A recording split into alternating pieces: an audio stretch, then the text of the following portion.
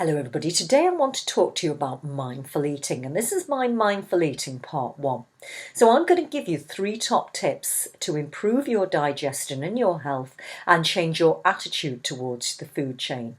So first of all, we're all rushing round from A to B to C to B to A, and we are grabbing quick food, fast food, stimulated and caffeine drinks to keep us going, and we are constantly not mindful of what we're doing because we're so busy on looking on the outside instead of looking on the inside. So my first top tip, number 1, is to eat slower.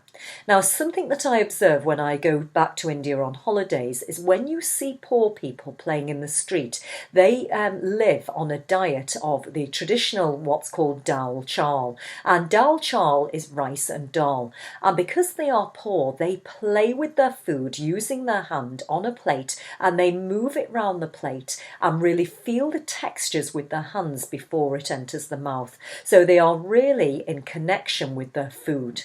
Now that's one end of the chain in India. The second end is that we've got so much IT now and so much consultancy and call centres that middle class India is eating too quick, too fast and too much sugar. So I really see both ends of the food chain there. So when we are eating slower, we can really savour the flavour, enjoy the textures and really be mindful with our food. And we should actually chew our food 42 times before we digest it.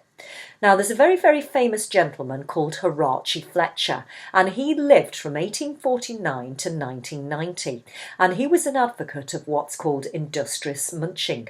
Now, the story goes that when Horace applied for life insurance, he was refused because of his obesity, and he made sure that he lost £40, and he actually lost his £40 by chewing everything till it was a semi-liquid state.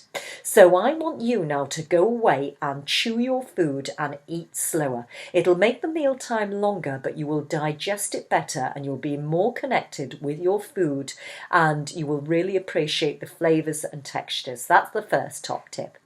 Your second top tip is to eat somewhere quiet. Now, I know most of you are working in busy offices and you might just get your lunch out on your knee. So if you do get your lunch out on your knee, I want to switch off your computers, your phones, and in particular your TV. The TV or any noise around you is the worst thing you can have when you are eating because you eat too quickly and you are not mindful and present with the food in front.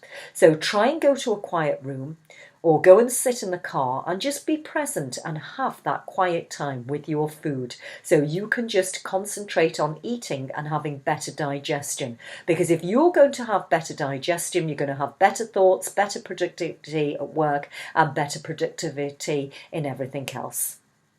My third top tip is to pay attention to your food source. So let your food be the drug and medicine of your choice. So everybody's always telling me what diet they're on, whether they're paleo, whether they're vegan, vegetarian, whether they're going to Slimming World, Weight Watchers, whether they're on all these shakes and juices which are on the market.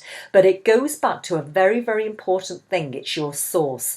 So if your food is not seasonal and it's not organic and it's processed and it's what I call the 3 white devils, which are white carbs, white sugar and white dairy, you are not doing your body the best favours and you are filling your body with poor quality food which your organs then have to work harder to digest and you are not getting the adequate nutrients.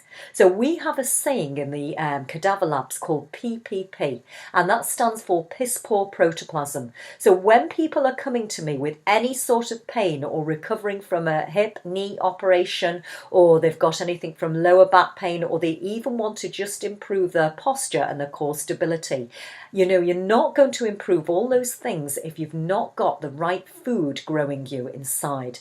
And I always give this example of the really big competitions in the horticulture shows. So if you go and look at the marrow competition or the tomato competition, the people who have fed those tomatoes and marrows have fed them with the best possible, food available and have put them in the best possible compost. So you can't build a house without solid foundations. So those are my 3 top tips on part 1 of mindfulness. So do try it. Try your slow eating, try your quiet eating, and try looking at your food sources, and then let me know how you get on. We look forward to hearing you soon.